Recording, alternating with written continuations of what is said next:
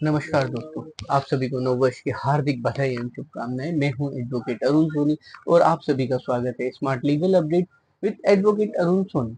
दोस्तों, आज हम बात करेंगे बीएनएस के सेक्शन 114 से लेकर सेक्शन 126 तक की इम्पोर्टेंट सेक्शंस के बारे में और उन सेक्शंस में क्या है और उन सेक्शंस कब लागू होते हैं और उनमें क्या सजा का प्रावधान है, इस बारे में हम बात करेंगे।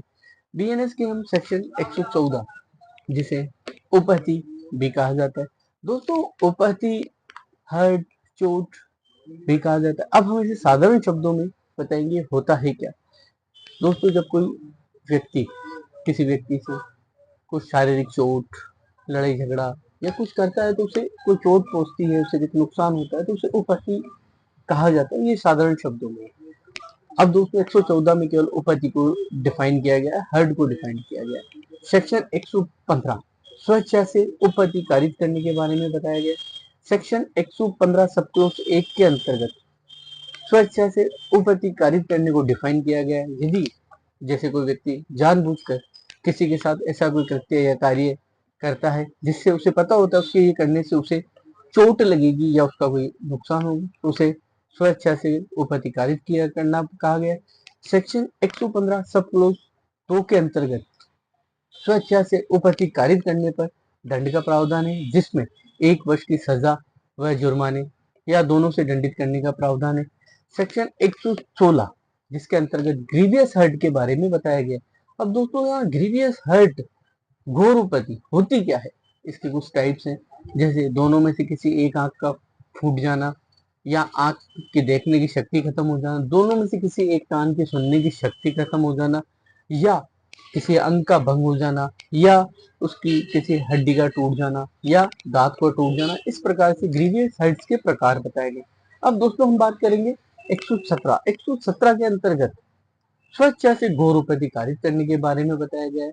117 सब क्लोज 1 के अंतर्गत घोर उपहति को डिफाइन किया गया है। जब कोई व्यक्ति ये जानते हुए कि उसके द्वारा किए गए कार्य से किसी व्यक्ति को घोर उपहति होगी, उसे स्वेच्छा से घोर उपहति कारित करना कहा गया है।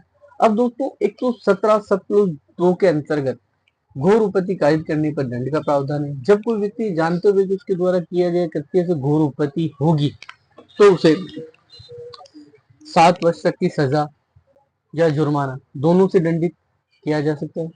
117 सब क्लोज 3 ये दोस्तों बीएनएस में नई धारा जोड़ी गई है। जब कोई व्यक्ति स्वेच्छा से घोर उपहति कारित करते हुए किसी के साथ परमानेंट डिसेबिलिटी या अस्थायी दिव्यांगता कारित करता है तो उसे 10 वर्ष तक की सजा जो कि आजीवन तक बढ़ाई जा सकती है।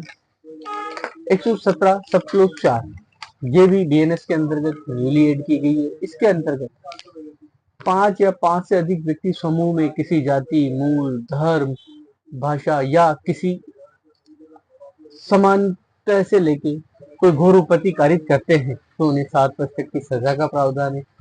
इसी में दोस्तों 118 बीएनएस सेक्शन 118 में आयुष संसाधनों से उपहति कारित करने के बारे में बताया गया है। 126 के अंतर्गत सहदोष अवरोध के बारे में बताया गया है। 126 सब क्लोज 1 में सहदोष को डिफाइन किया गया। सहदोष होता क्या है, किसी व्यक्ति को उसके मार्ग पर जाने से रोकने से, जिस मार्ग पे उस पर जाने का उसको अधिकार है उससे रोकना सहदोष अवरोध कहलाता है। सहदोष अवरोध, यदि कोई व्यक्ति सहदोष अवरोध कारित करता है, किसी व्यक्ति को उस मार्ग पे जाने से रोकता है, 126 सब क्लोज 2 के अंतर्गत यदि कोई ऐसा कृत्य करता है, सहदोष अवरोध होता है, तो उसे 1 माह का दंड या जुर्माना या दोनों से दंडित किया जा सकता है। दोस्तों, इसी तरह लीगल अपडेट पाने के लिए मेरे चैनल को लाइक एंड सब्सक्राइब करें। धन्यवाद।